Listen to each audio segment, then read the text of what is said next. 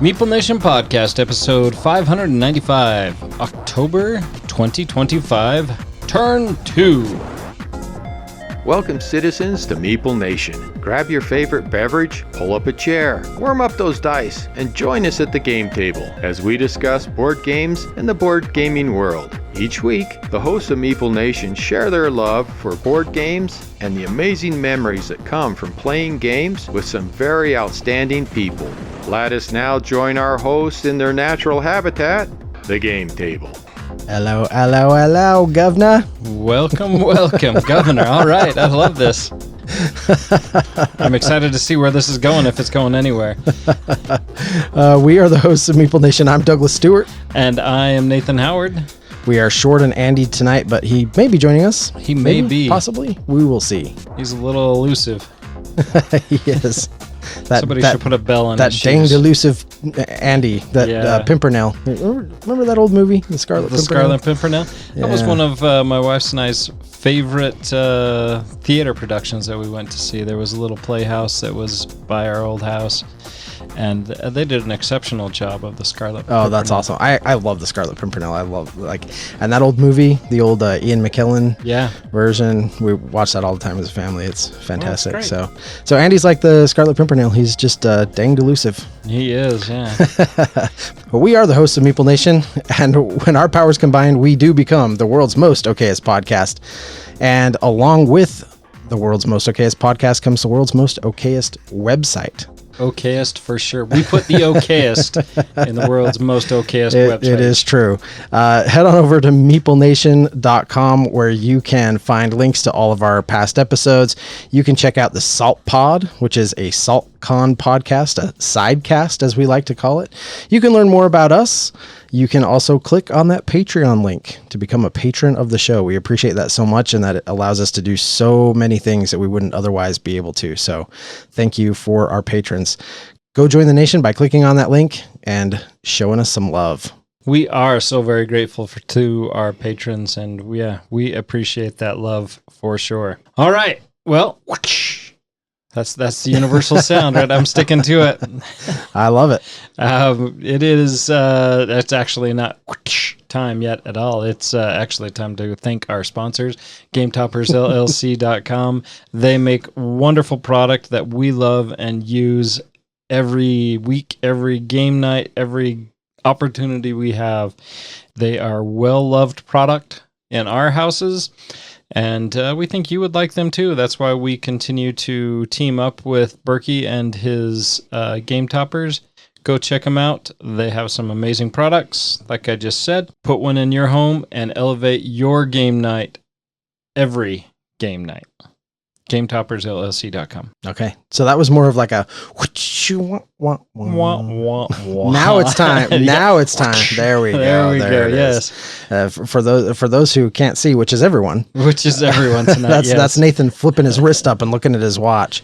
It is highlight 30 indeed. Yeah, I love it. I flick my watch up like that, and I actually do physically flick my watch up because for some reason it has to do that to do the sound effect. But yeah, my watch face doesn't do anything because when I have it where it automatically turns on, my battery lasts like a day and a half, and so I have to turn it. So I have to put my Dick Tracy fingers to work and push the button on the side to get it to show up. Well, it actually is kind of amazing how long we've been doing the podcast and how each one of us still has our little like funny things that we do. The faces we make or those little like motions, things that nobody can see that don't come across at all, but apparently are important to us. Yep. Being able to talk into the mic with some sort of regularity. It's hard to talk with your hands. I talk with my hands, and then I hit cables and I hit the mic and I like run into talking with my hands is something I do all the time. But you don't know that, so don't worry about it. Maybe when we get a little bit more calmed down again, I don't know if we'll ever get calmed down. That's the thing, is life is busy. There's always so much going on. Yeah. And hopefully I can still, at some point, I can get back to doing some more editing. That was kind of part of the point of changing the format so that we could allow for some more time. But man, that time just gets eaten up left and right. Yeah, it really does.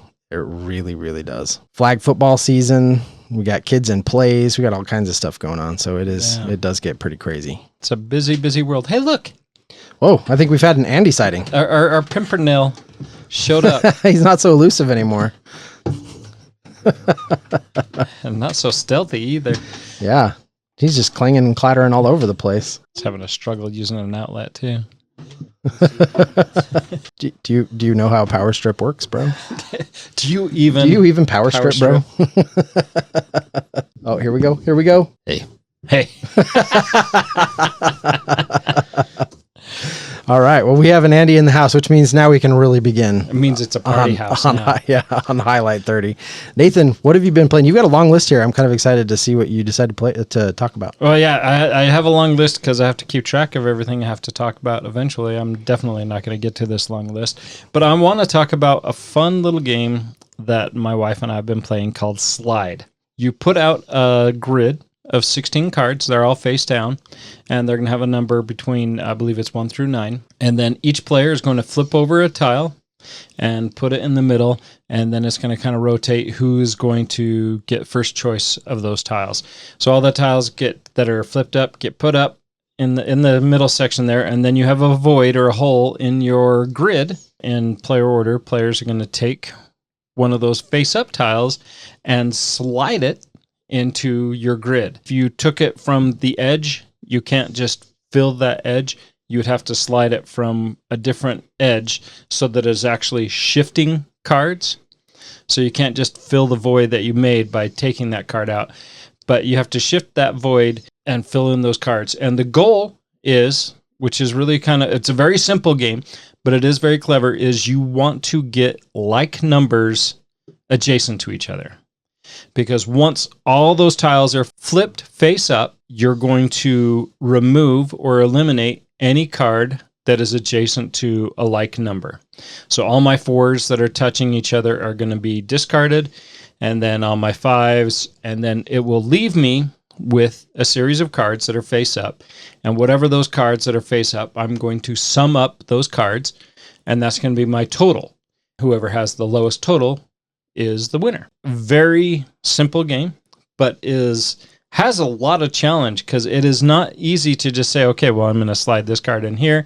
You're going to get yourself painted into a corner that you're going to have to put cards in somewhere where you don't want, or when you slide that card in, it's going to shift some of those cards that you wanted to keep together away from each other. Instead of being adjacent, they're diagonal, and then they're going to start to count against you.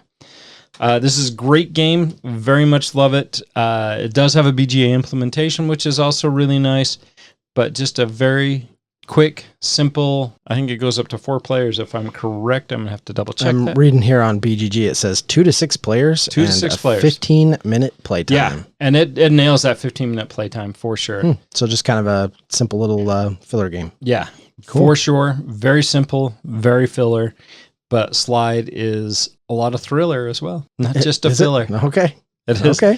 It is definitely a filler, but it is also a thriller. Wow. I don't know if that's allowed, but I guess we'll go with it. We can get away with a little bit of Thriller. No filler. No, and never mind. It was a great analogy in my head. Okay. I was into it, and all of a sudden I'm not. Now you're not. Yeah. I get that. I am that. I am that. A little while back, I was prepping for a game that I was teaching at. This was actually for SaltCON, but wanted to play it with the family to kind of prep for that a little bit. So we got Altiplano to the table with the family, and that was awesome. I think I kind of made fans out of my boys and my wife in particular, who really enjoyed it. It was just a little bit long, I think, for their particular taste, but they really enjoyed Altiplano. And it's one that I always get really excited when it hits the table. This is one that I thoroughly enjoy. In fact, I enjoyed it enough that I went out and grabbed STLs and printed a bunch of 3D stuff for it, and then went on the geek market and got all of their geek up bits and really kind of blinged out my copy of it with the good bags and all that kind of stuff. But I think Altiplano is a fantastic bag building game. So if you like that style of game, that deck building, bag building, I know that this is one you both have played and you both like, I believe. I had it, but I culled it for some reason, probably because you had it and it wasn't on my top list. But I probably should play it again. It's a great game. I might reacquire it, probably. Maybe You probably would if you played it again. It just needs better components. This is the one where the wagons won't stay together. Yeah, a lot of the original stuff. It was the cardboard. A lot of the cardboard was really cheap when this was made. I think it's gone through different runs. It was maybe one of the first print runs that hit that was really particularly quite bad. The one I have. Yeah. Yeah, the cardboard is terrible. At this point, I've replaced so much of it that I don't even know if I have a whole lot that's original, other than maybe just the cards and the little plateau boards and the player boards. Nice. But Altiplano, that's one of my highlights. That was a lot of fun. Yeah, that's a good game. I like that game a lot. I have set up on my game table right now. Right now? Right now. Gloomhaven 1.5. Oh, really? And Caden and I are going to start playing. Oh, so you haven't started. You're just getting ready to start. Okay. It got finished getting set up about midnight last night. And with football going on with him, it won't be till Sunday. And it's Monday now, so it won't be till next week. About a week till we really start playing. But yeah, I'm excited. I'm excited to jump into this. I do like the changes from the first one to 1.5. I like here's an example of something I like. It seemed like it's different anyway. So in the previous version, you basically, for the most part, saw everything that was on the map in all the rooms. That's not the case. So now there are 2 books. When you open a door, you go to a book, and then you open another door, and it takes you to a completely different part of that book. So things aren't even sequential. So there's a fog of war. There is totally a fog of war in this now, so that you can't plan ahead. You don't know what's coming. I love that. It's great. So much better. Do you share gold? I haven't. I still have to finish that part of the rule book, but I think they maybe have changed that. I'll have to look, because that kind of came with Jaws of the Lion, or the Jaws of the Jaws of the Lion. Basically, they took the rules for Frosthaven and implemented them into Gloomhaven. Is really what they've done. I want to say yes, they can, but I haven't gotten to that part of the rule book yet. I'm almost done, so I've got a week to finish.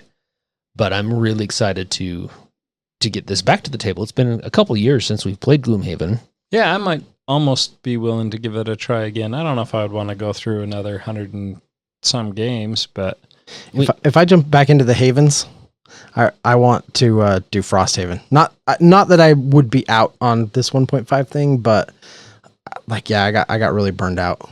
But I'd totally play Frosthaven. Yeah, again. I would like to do that as well. So I have Frosthaven also. I've played it once, and I want to play it some more. Yeah, I played the introductory game, and actually started that with my wife. Hindsight, I would like to get Ashley and Zach and my wife to play. There you go, yeah. The 4 of us.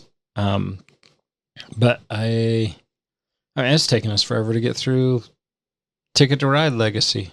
That's true. It's going to take, if we're trying for Frosthaven, it's going to take like 5 years to get through a dozen games. What is it that happens? Because we started going through Ticket to Ride Legacy and we were on fire. We got through 5-6 games of that, and everyone was showing up, and then all of a sudden it was like people were just not showing up to game night. Yeah. And it only takes a few nights of that, and it seems like the momentum is lost, and I would love to get back on that train. Yes, for sure. I love that. Yeah. Nice. And I think that's something that we're just going to have to make some player adjustments. We got one player I think we're just going to ride out. I'm right here.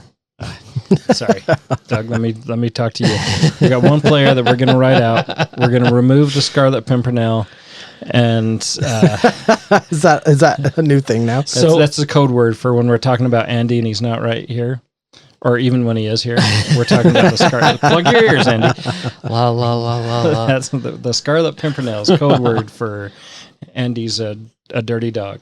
No, I actually will be at game night more often now since football is almost over. So unless they go to regional, but since they've won one game, I don't see that happening. There's still a chance. So you're saying there's a chance. But it's been fun to watch. So anyway, he's super stoked about that. And one more highlight is we got the Hunters A.D. 1492 to the table. That was, I was kind of partially late, not partially, I was late to that game. You and Brad were playing, and then I kind of did a catch up. Yes. Which didn't take much. I mean, you just roped No. me right in, and it was all part of the game. And I got to do some reading, which was kind of my favorite part. I always love my little chances to bring in some phony French accent. Yeah. But it was really good. It was really simple to bring someone in, and we're looking forward to playing it again with the four of us. Yes. You, me, Doug, Brad. It's going to be great. The story is really well done. Like Doug mentioned a while back, we're playing Dark Quarter, which has a really good story as well. And I think both of these games are kind of really on that same level as far as story driven goes. And I'm excited to play both of these. But this Monster Hunter, the Hunters, yeah, is it is done really well. The miniatures are really nice. It looks like an incredibly fun game. Yeah. How does the 1492? How does that year and that theme sort of? It is like, how does that come through? Is does it work, or is it clunky? No, I think they did a good job with it. So it's a post-apocalyptic game set in 1492. Okay, I like that. So very different from any other post-apocalyptic game I've ever played. Because it is so not like post-nuclear. It is like a mist came through and monsters showed up and it has decimated the world. And there are just small little pockets of civilization that's left, and they're very well guarded. And there are only a few people, the hunters, that dare brave the wilderness and the mists to ferry people through and go fight monsters that are wreaking havoc on the town side or in cities. And we happen to be those heroes. Yeah. Nice. Kind of has a little bit of the Wire Road vibe. A little bit, yeah. Okay. Yeah, a little bit. Nice. And does it try to like do that in more like a realistic, like what that time period would have looked like in a post-apocalyptic world? Oh, yeah. Or have they is it like, no, we're magic casters and all kinds of stuff? There are runes and there's magic in the game, but it's not like steampunk. It's not heavy. Yeah. And all of the weapons are historically accurate weapons. Age appropriate. Nice. And it is the armor, same way. Everything is very, very well done as far as the time and historically. And the way you upgrade weapons is just really cool. So each weapon has a different shape on the side, and that will determine exactly what you can slot in there as far as weapon upgrades. It has to fit inside and nice. like a puzzle piece. So only certain upgrades can be applied to certain weapons. So when you gain an upgrade, you know which weapon it can go to. Right. You know who to give that to for one, and 2 for 1. You only get one. You don't get 2 for 1. Well, that would be cool. But you do know who to give that to. And it is one. For one. And there's a pause in there. Yeah. And so like we got one of the first missions, we got humanoid. Oh, what was it called? Basically humanoid poison. You can either put it on a blade or you can put it on a ranged weapon, but there are 2 different upgrades luckily for that, and that will slot into a melee weapon and a different shape that will slot into a ranged weapon. There's a little bit of crossover with those, but not a lot. So I'm excited to jump more into this and explore more of this. I also really like the fact that you have 60 days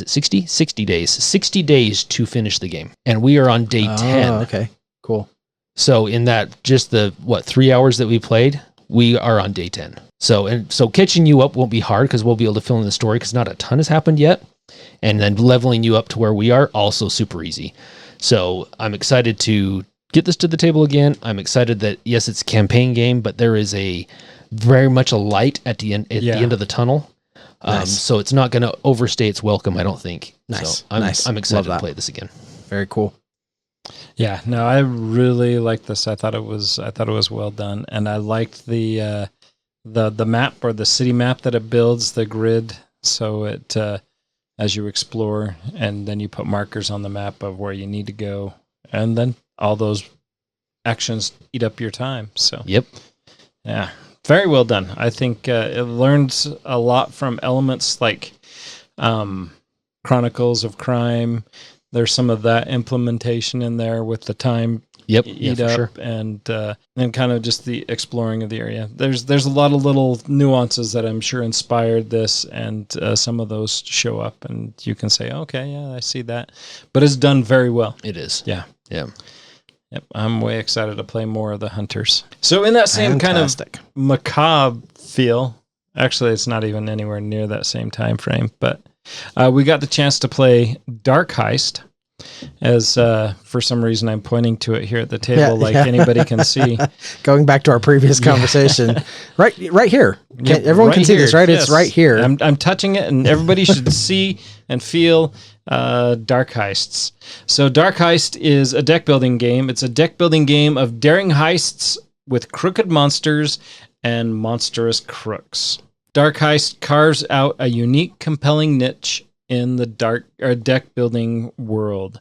This Gothic Victorian inspired game, designed by Mo Poplar and published by Ashy Feet Games, places players in the grimy boots of rival scoundrels, competing to build the most notorious criminal empire in the city steeped with supernatural shadows. It's a game that blends familiar mechanics with a delightfully spooky high-stakes theme, and for that, it is all the better.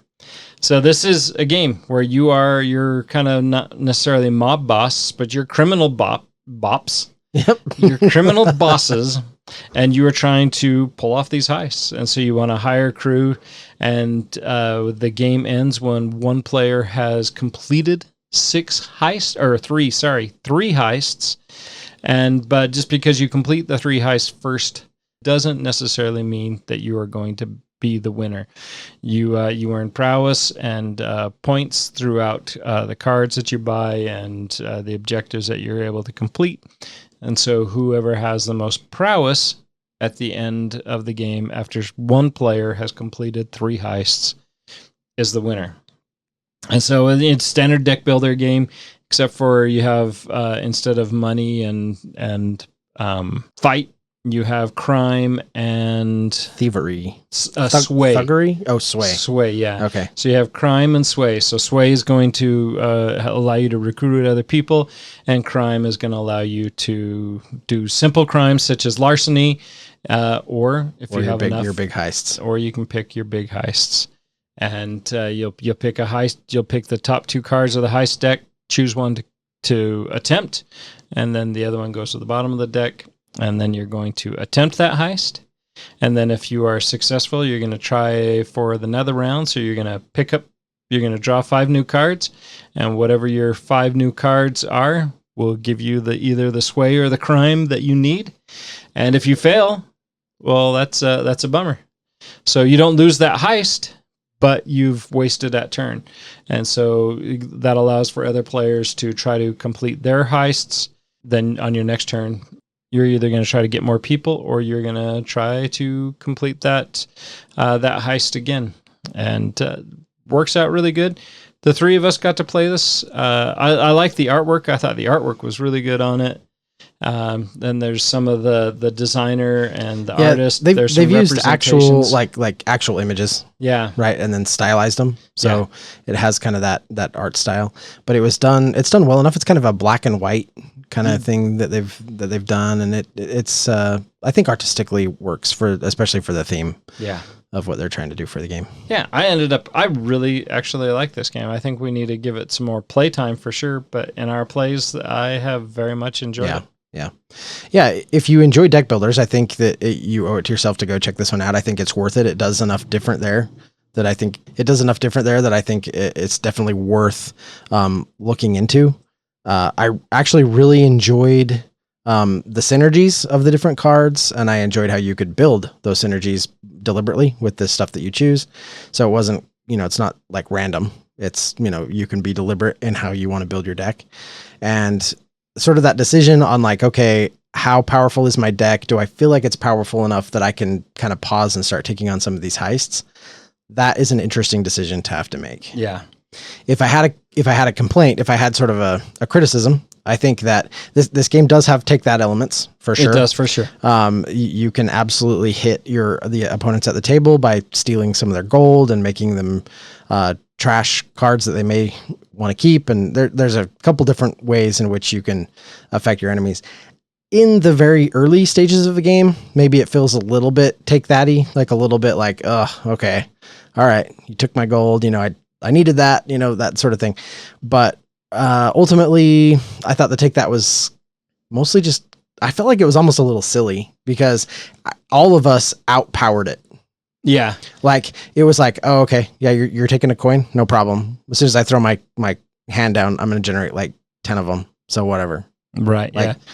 It gives you something to do on your turn, but I don't think it was like a make or break element because no, it wasn't super impactful. Yeah, because most of the things that you're going to do on your turn, you're going to be able to do anyways. And I think it did it very well. I enjoyed the game. Mo sent us this game, so we got it a try. It was fun, and it was very fun. Yeah, it was really fun. What did you think of it, Andy? I haven't played this. Didn't you? We played it with Richie. Oh, that's right. Oh, that's right. Because you had football or something like that. Something lame. Scarlet Pimpernel wasn't around. Scarlet Pimpernel was doing what the Scarlet Pimpernel does. Yes. All right. Any other highlights? One more for me. All right. Go for it. I found a game that my wife said was all right. Was all right. So that is Ooh. better than interesting, and that is better than unique. Or different. That is all right. She also destroyed us. Oh, that always It does helps help. improve your opinion of a game. Yes, and that's Foundations of Rome. Oh, So I got my copy out, my newly acquired copy of Foundations of Rome, taught my wife and my son last night, and she wiped the floor with us. In fact, I took last. good. So Good for you. Caden beat me by 1 point, and Sabrini beat me by 21 points. Nice. So Yeah. she First time Cheryl played this game, similar She boat. schooled us. Yeah. She schooled us. So she did well, and I asked what she thought. She's like, yeah, it was all right. So I'm taking that as a win Nice. that I can always now have a go-to game. Hey, let's go play a game. And Foundation. that's such a great game to play. It is a good game. It's easy to bust out, Yep. and the pieces look amazing. Yeah.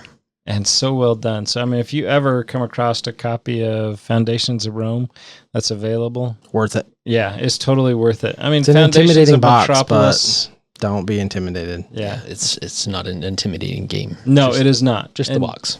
I mean, there is Foundation of Metropolis, which is the exact same game, but in a not a simpler form because it is the exact same game, but a more affordable form, I guess. And it Fits is in a normal definitely box. more cardboard Yeah. instead of amazing pieces. And so Foundations of Rome is a game that you will never regret owning. Right. Yeah, 100%. It's a great game, which is probably why you'll be rare to find it in a game swap or a game trade somewhere, For sure. because most people who have it love it. Yeah, especially if it's one that you can get your spouse to play with you. Yeah, Yeah, it's not going anywhere anytime soon. well, good. Doug, do Excellent. you have anything else? Yeah, I have one more that I want to talk about. We got to talk about was this last week or the week time? What even is time? I don't even What understand even time is time? anymore. But it was, I don't know, last week or maybe the week before. Nate smoked brats for us for game night. We came over. It was super delicious. We had a great time. And while we were thinking about stuff to play, I decided to pull one of Nate's games off the shelf, one that was still in shrink. It was And still I in shrink. punched it and flew through the rule book really fast.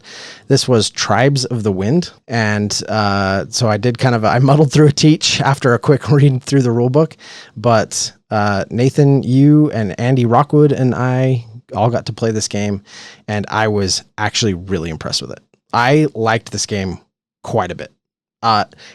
Andy 2.0, is that what we're calling? Yeah, I think that's the title we were sticking to. The non-Pimpernel Andy. he destroyed us. Like, he absolutely crushed us. But this was a really clever game. I like the way this works. I liked that you have that deck of cards that has like the backs, and so everybody has to put their cards in a tray. So, and then you face it so that you can see the front, but everybody else gets to see the back side of the card, which is elements. And then depending on what elements are at the table, it will trigger certain abilities on your cards. and you're just trying to, expand out. You're trying to, like basically get rid of pollution, establish villages, or forested areas, I should say. So first you have to clear the pollution, then you have to establish a forest. And then if you would like, you can also build temples and villages in those forested areas. And it's just triggering abilities on your cards as you're going around, the table. And I really like this one. Vincent Dutrait artwork. This one fired on all cylinders for me. Personally, it does have some asymmetry, right? Like when they get their player board, everyone's board unique. was different. So you'll get not only some asymmetry from the bonuses you get for your temples, but you'll also get different player powers that you can unlock if you meet certain conditions that are listed on your board. So I think some really great design elements. Really fun to work towards some of those endgame points with the village bonuses. But also gave you the opportunity to just take some really powerful one-time effects if you didn't want to shoot for those endgame points. So a lot of really good balance, I think, in this game. Fun components. I don't know. I had a great time playing it. What did you think, Nathan? I really like this. This is a game that I received from SaltCON for running some events there. And it sat on my shelf for a very long time, and I was super excited that you pulled that off.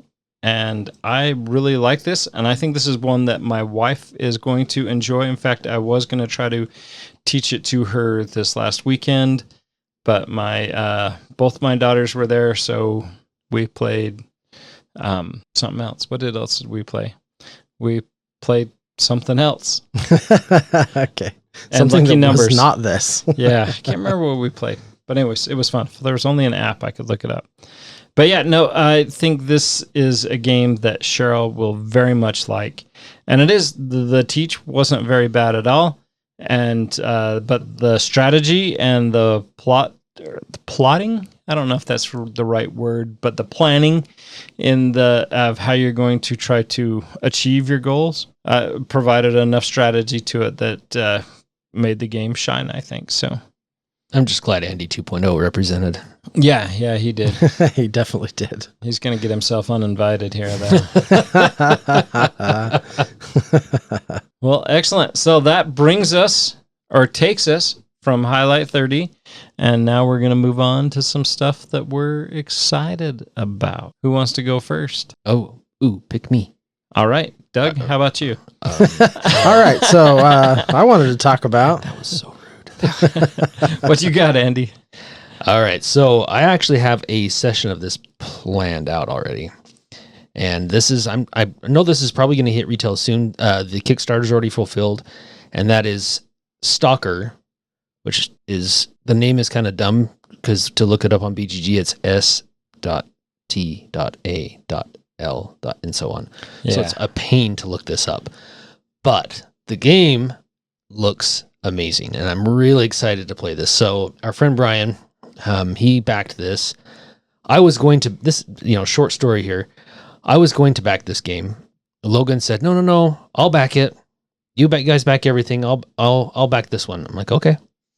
I think Logan backed out of his pledge and didn't say anything. So I'm like, oh, well, that would have been nice. I wish I would have gotten it. Then I found out that our friend Brian backed this. So we actually have a game of this scheduled, and I am super excited to play this. It is you got 3D terrain, so this is kind of a Dungeon Delver type, style game. But the board looks amazing. I mean, it looks super fun. I really hope that it's that it is as fun as it looks like. Yeah. It is, right. That's always the goal, right? Always the fear is it's not going to make that. Yes. And so this is a fully cooperative. It's a story-based zone crawler is what they're calling it. And it's an alternative version of Chernobyl.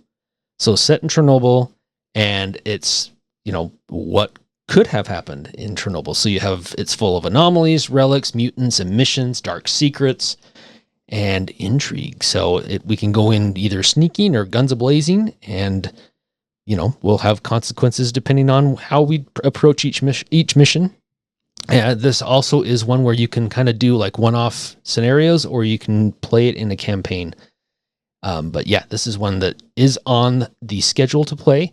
I am not sure. When I put this on here, I was looking at when it was going to hit retail, and I can't remember if that's actually been announced, but it is coming, and I'm stoked to try this out. I've had my eyes on this since it launched, and that was a couple of years ago. Yeah, we checked it out, or I checked it out of the BGG library when we were in Dallas last year. That's right.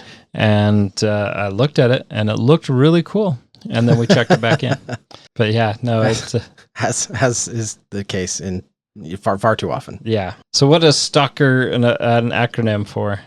Do you know? Does it say? I couldn't see anywhere where it says what the acronym is. Special don't know. tinkerers and likable All right, kites. Kites. Wow. Huh? I don't know. Wow. It's a kite flying game. Oh, okay. So on a serious note, just ignoring that silliness. What? What Wow. did you ever play Did you play the video game? Are you familiar with this one? No, I'm Before? Okay, just curious. The video game is quite beloved, as I understand, but it's not one I've played either. So Yeah, I have not played the video game, but Yeah, all right. it does. The board game looks amazing, so I'm excited.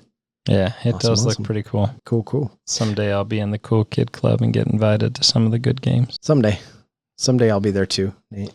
Someday it'll happen. Maybe. Maybe.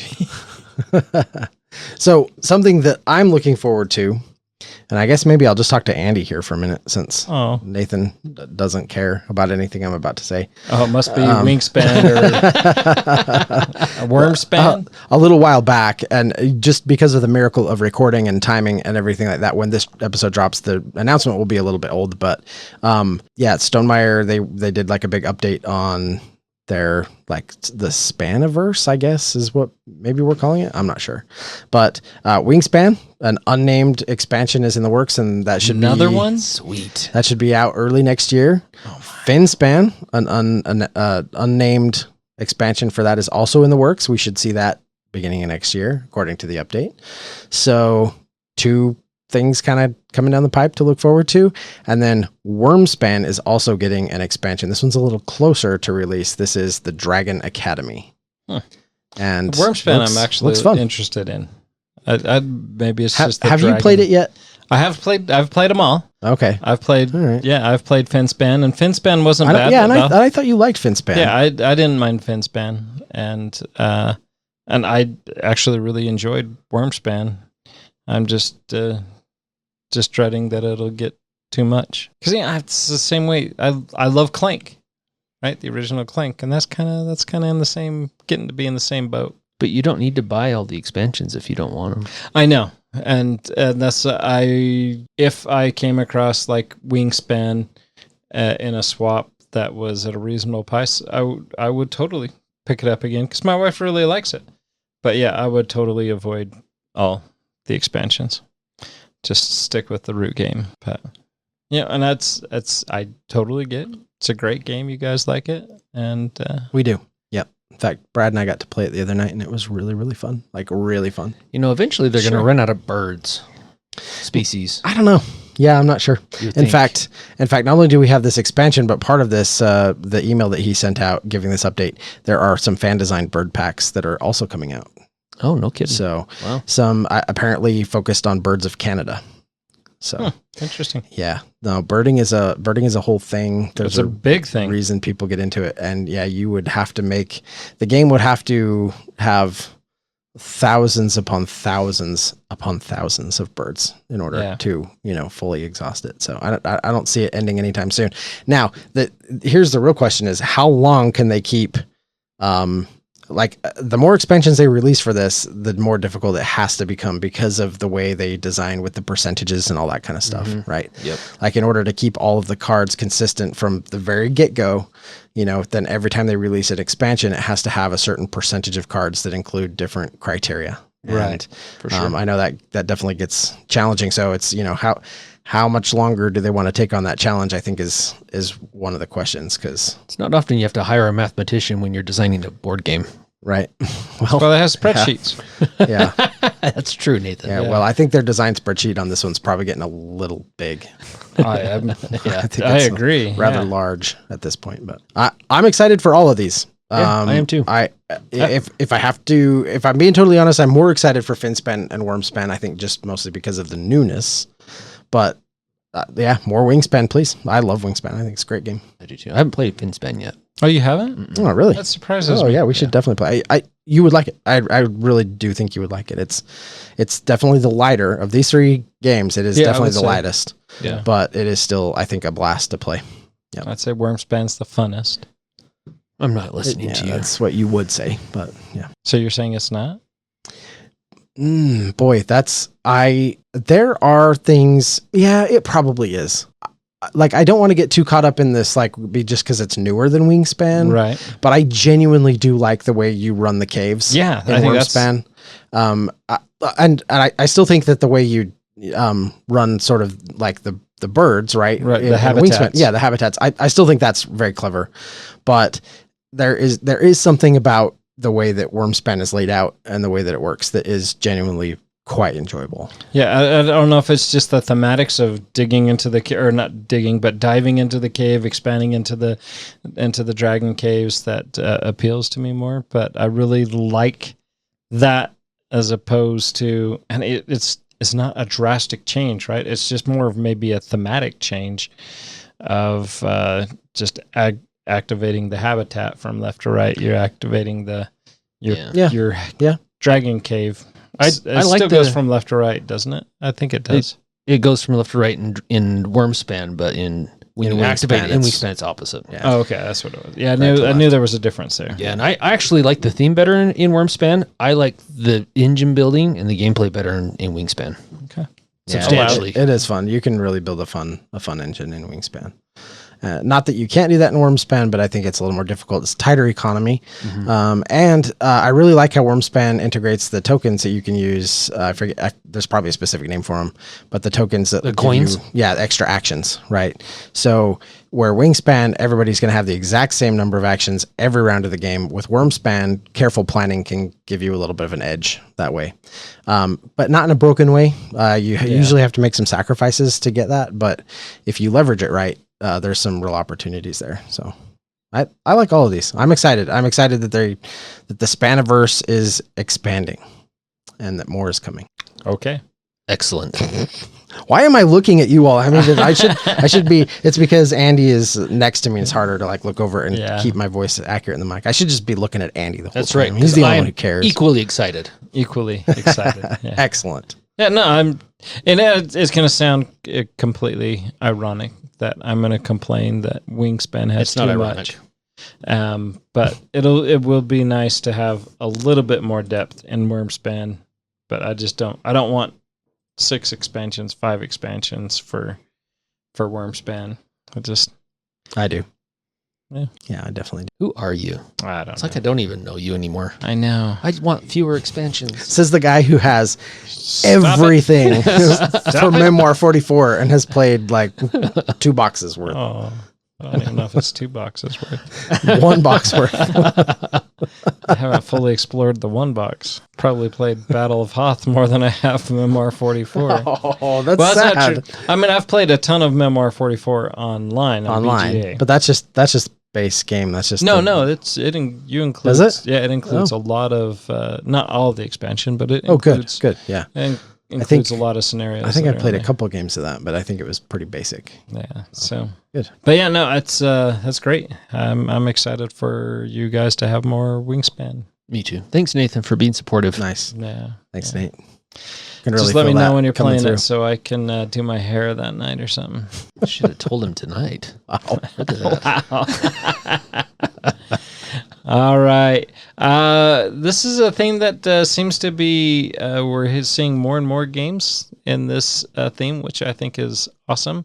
But this game is Ofrenda, which is assemble a colorful altar to celebrate your loved ones in Ofrenda. Card placement game inspired by the Mexican Day of the Dead. The Dia de los Muertos is almost upon us. It's time to prepare the ofrenda, a bright, inviting altar to remember those who've passed away. Gather the portraits of your family members, place candles and marigolds, and guide their spirits to make the offerings of things they loved in life. So, we have Die of the Dead and there's one other that is, or maybe there's just only Die of the Dead. I thought there was a different. I'll have to do some more research, but not on the fly. Die of the Dead is a very fun game, but Ofrenda is a competitive card placement game in which you must draft and carefully arrange the portraits of your late relatives on your player board, fulfill their wishes, making sure to seat them next to their dearest cousin or far from the food they liked the least. So very much kind of a card placement game, just like I said. I don't have too much experience with it since I haven't played it. But this is a game that actually has been kind of elusive to find for me. I guess it's, as I'm saying this now, it looks like it's pretty readily available. I just need to find some place to get it. So pick a place to get it. Currently, Amazon has it for $40. Best price right there. So, but anyways, Ofrenda, I think it's going to be a lot of fun. It looks interesting. Yeah, it's very bright, colorful. Yeah, the Mexican culture is awesome with its love for its heritage and its forefathers, and I think it's a great thing. And this looks like it's going to represent that really well. Die of the Dead does a very good job of it, and so I'm looking forward to giving this a try. It's a fun theme for sure. Yeah. I love that Book of the Dead. Did you guys see that animated show? Or Book of Life. Book of Life. Yeah. That one was really good. Came out. Manolo. Yeah. Yeah. It's the guy that does Cassian Andor. He's the voice for Manolo, I believe. Oh, okay. Yeah. In that cartoon. That was really good. Yeah. And Coco was pretty good too. Yeah, Coco was really good. Yeah. So I work at a college, and every year they do a Dia de Muerto display, and they bring in a lot of the candy skulls. Or do they bring in pan de muerto? No, the bread. But, so good. My favorite guy that I worked with, Gabino, he retired and made me really mad. But every Dia de Muerto, we'd go to the Mexican bakery, and he and I would so good would find some good stuff. He's originally from Chihuahua, and so he was my inside link to the culture, which was really great, and I miss that guy. I miss celebrating Day of the Dead. So I was in Mexico for a time, and this time of year when the Day of the Dead is going on, you have all sorts of delicious food, but the pan de muerto is my absolute favorite, and we ate it like crazy. Bread of the Dead? Bread of the Dead. Yeah. Yeah, okay. Dead bread. Nice. Yep, and it was, oh my gosh, so good. Yeah. And they only make it during this time of year, so you can't get it any other time. But yes, this game looks like it captures everything really well. So, and I also enjoyed Die of the Dead. I think it's been a long time since we've played that. Yeah. But we played quite a bit when Logan first picked it up, and it's a great game. Yeah, and then he left it here, so I guess it's mine now. Yeah. Right? Possession is 90% of the law. Yeah. 9/10, 9/10, whatever. which is 90%, but it sounds better. Yeah, it does. But anyways, that's past tense now. Wow. It is now. It is now. All right, what else? What else do you guys? Who else is excited for something? I am excited for a game called VANEA. It is called VANEA, the Guardians of the Eldertree, and it actually looks really, really cool. So this has been, wow, I am lost for words. I feel like Nathan right now. I've been announced. doing pretty good tonight. You've actually been doing great. This has been announced. So it is a adventure dice exploration fantasy fighting game. So the mechanics Say for this, that 10 times fast. oh yeah, I could try, but obviously I can't tonight. You didn't do it the first time fast. Even slow, it was kind of a slog. Wow, now I feel like I kind of got to say it fast. Adventure dice exploration fantasy fighting. Whoa, There nice we go. job. There we go. First try. First try. All right, so the mechanics for this game are, so you can explore the Elder Forest. So every game you play and you build a different random hexagonal field map. So that will change it up every time as you're exploring. You're going to collect more than 6 different elemental spirits, and you're going to try to master these 6 elements. There's an elemental battle system that will come into play as you're trying to defend the Eldertree. You find magic orbs to learn new abilities and unlock new abilities. You collect equipment pieces to create powerful and legendary equipment. So there's some crafting involved in this. In Eldertree mode, you just defend the Eldertree against all monsters and elemental bosses. And there's monster farm mode, where you can hunt monsters and let your monster farm grow. Not exactly sure what that entails, but it sounds very intriguing. Everybody should let their monster farm grow. What do you do for a living?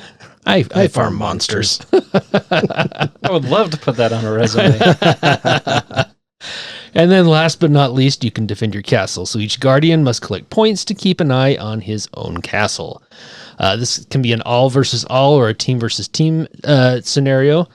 And each guardian or team has its own task, and whoever completes the task first wins. And don't let the loot monster get away. It's like the treasure goblin in the Diablo, right? You don't let the treasure goblin get away. Don't let the loot monster get away, because you need that loot. Or you don't let Dave get the loot. Or if you're playing Gloomhaven, then yeah. Or any game. Yeah, he'll hide and then come in and after everything's dead and grab all the loot. I got the loot, guys. Oh, I can't share it? I can't that's share too it. bad. Dang. Better luck next time, guys. Have fun buying stuff. Anyway, so this is VANEA, Guardians of the Eldertree. Something that's on my radar for sure. It looks great. Excellent. Looks like this is going to launch on GameFound soon. It looks like so. you can go follow Yes. maybe by the time this drops, they will have launched, but it looks like you can go and follow it on GameFound. And I'm just thumbing through and looking at some of the images and stuff. It looks pretty fun. Yeah, it looks really That's some well good done. stuff. I like it. A lot of asymmetry. Ooh. Which is always a beautiful thing. Yep. Turn up a little. That's all Andy needed to hear. He's so verklempt all the time. All right, what else do you got, Doug? Well, I'm actually kind of excited about this one. This is called Arctica, and the cover of this really kind of grabbed me, and I was looking at some images and stuff of this online. And it's a competitive card-driven engine-building Euro game based on the development of Arctic ecosystems, especially fauna. The game features more than 160 animals, and you want to build a viable ecosystem. So I'm trying to remember exactly what website I was looking at when I saw the images, but I was watching people play this. I think this... was it Gen Con? What was the big con that just recently came out where they were making announcements and stuff? And I think it was Gen from there. Con's probably the biggest one. Yeah, That it was looked a while back. It looked really, really cool. So, in fact, and it's going to launch on GameFound as well. So this is another one that's crowdfunding, but it kind of has that like circular board, that really kind of compelling, fun artwork on all the cards. A lot of animals in the game. Looks like it has some fun resource management, fun components. This just looks like a Doug game. Like I kind of see this one and I think, while the theme is vastly different, I kind of get some SETI vibes in there a little bit. I get some Arc Nova vibes in there a little bit. Just some of these really fun themed Euro games I've been drawn to a little bit more. And this one looks like a really good one. It does. I do like the cover. And we go from a nice exotic cover like that to my next game, which has the most plain cover you could probably get. Well, I guess it has a picture, so it could be just words. But this is Signal. Signal is a 2 to 6 player game. This is another filler game, 15 or 10 to 20 minutes. In Signal, players take on the role of experts seeking to understand the alien player, who in turn is seeking to be understood. The experts will create and transmit signals to the alien, who has certain rules of how to respond that must be deduced by the experts. Once the experts understand these rules, they can ensure that they come to an agreement with the alien, succeeding cooperatively. This is a game that I think you guys might not like. I don't know. This is a game that I'm very excited for. Way to sell. But You say the nicest. yeah, things. You guys are going to hate this. you guys are gonna. I'm gonna have to find some other friends to play this one with. No, I actually like deduction games. Yeah, well, we played a deduction game with Mike and yourself and Brad, I think, the other day, Doug. And I'm totally drawing a blank on it. Yeah, which one was that? That was. It's on my list here. Spectral. Oh, that's right.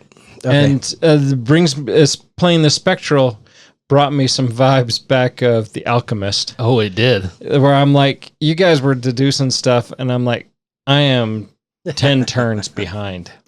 And I really like deduction games. I think I really dive into them. I really love them. PI is a great deduction game. It's a very simple deduction game as far as deduction games go. But Alchemist, I really like the idea of Alchemist. Wait, hold up just a second. Are you talking about Spectral or Infiltrators? I'm talking about Infiltrators. Okay. Yeah, like you All said. right. So, okay. That's what I said, right? All right. Gotcha. Yeah, Well, that was the one I remember playing when we sat down and played. Yeah. No, it was Infiltrators. Yeah. Not Infiltrator. I like that one. Infiltrators. Yeah, I liked that game quite a bit. Yeah. And I thought it was a really good game.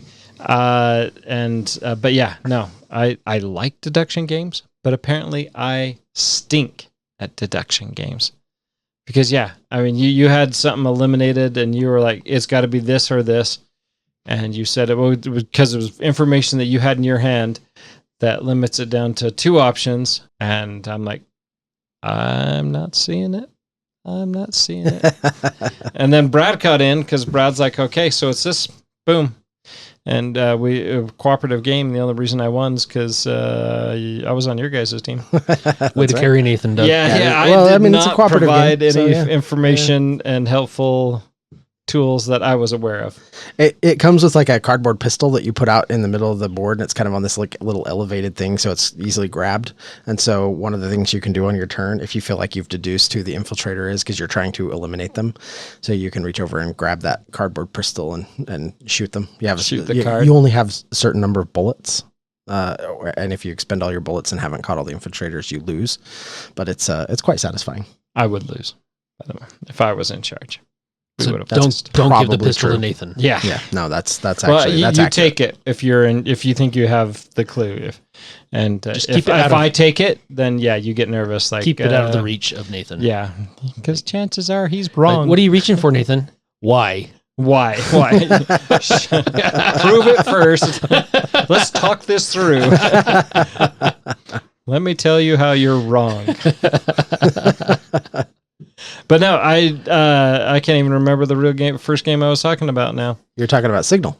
Yes, Signal. So this is, I mean, you're trying to deduce that conversation between the alien and the scientists, and so there is going to be that level of I'm trying to say something to get a point across, and to establish those rules to get that communication. I mean, maybe we're gonna like this game. I think I'm gonna like this game. It's definitely what I'll try. It actually looks fairly enjoyable. Yeah, but it does have a very plain black and white cover.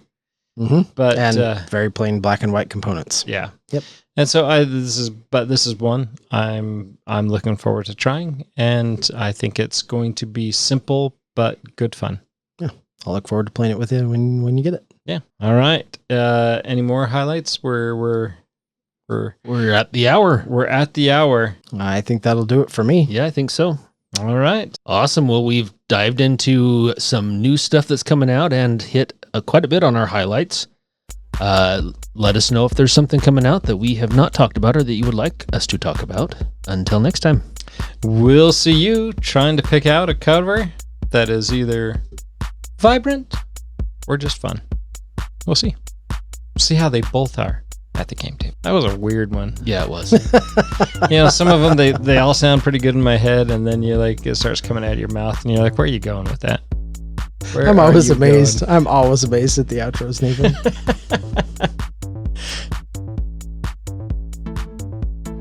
Thank you for listening and being a part of Meeple Nation. If you would be so kind as to follow, subscribe, share, and rate or review this podcast, it really helps to spread the fun.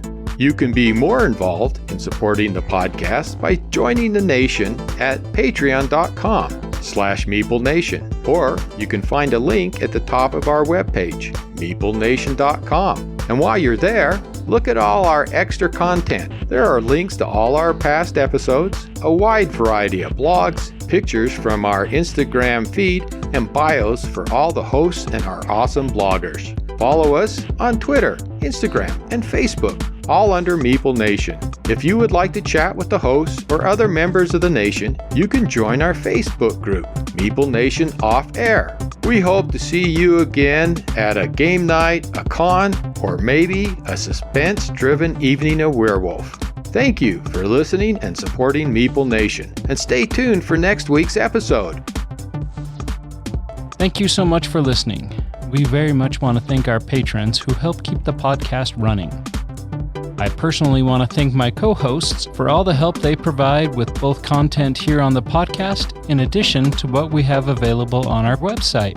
Without them, the podcast would not happen. If you too would like to support the podcast, you can join the nation at patreon.com/Meeple_Nation, or you can find a link to Patreon at the top of our webpage, meeplenation.com. If you have any questions, comments, or games you feel should be on our radar, you can always reach us at meeplenation@gmail.com. We can't wait to hear from you.